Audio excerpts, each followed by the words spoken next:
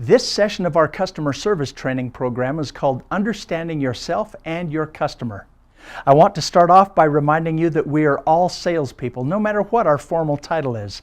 In other words, we represent our company to the public. So during this discussion, you need to think of yourself as a salesperson. With that said, I have some bad news for all of you salespeople. The bad news is that most people don't like you. I know this may shock you. You're probably thinking, why not? I'm a nice person. How could anybody possibly not like me?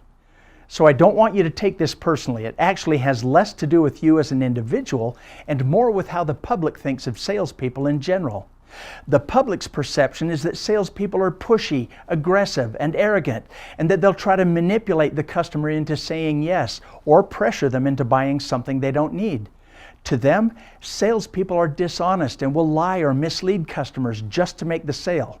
Look, I know you're not that kind of a salesperson, but the problem is your customer doesn't know it. You see, that other salesperson is out there and was probably in contact with your customer just before you were. So you really can't expect your customer to automatically know the difference between you and that other kind of a salesperson. From years of unhappy experiences, customers have developed natural fears about dealing with salespeople. Some of those fears include the following. They worry that you'll take up their time and keep them longer than they want to stay. They're afraid that you'll try to sell them products or services that they don't need, and that you care less about them than you do about your own commissions and the money you'll make from them. They expect you to lie to them, and that you'll overcharge, or that you'll use high-pressure tactics on them. And if that wasn't enough, customers often worry that they won't make the right decision and that you won't help them to. And so as a result, they're defensive and they have their guards up against you. In other words, by the time they get to you, they are way not okay. You can see it in their faces and hear it in their voices. Now, you and I both know that it's not like that with all customers, but at least this helps us to understand why so many of them do come in feeling vulnerable, worried, and defensive. That's why we want to give them some slack, because salespeople haven't always been kind to them.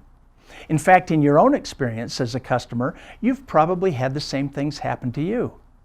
But what about you? Your customers aren't the only ones feeling all the stress. You've got your own set of issues when you deal with them. You may worry that the customer will say no to you. Why? Because it feels like rejection, and nobody likes rejection. You worry that the customers might think that you're pushy, dishonest, or incompetent, even though you know you're not. And you know you always try to be honest, so you don't want the customer to think you're lying. You might worry that they'll argue with you or criticize you, or that they'll lie to you. And what if they don't like you personally? That's more rejection. What if they don't come back because of something you said or did? So with all that, there's no doubt about it. Sales can definitely be a high-stress job. Now, you and I can agree that's not the way to do business from either the customer's standpoint or your own. But the question is this: can this customer salesperson problem even be solved? It seems like it's always been like this, so maybe we'll just have to live with it. Or is it possible that there could be a better way to sell? Well, I can guarantee you that there is a better way, and that's what we'll be covering in these sessions.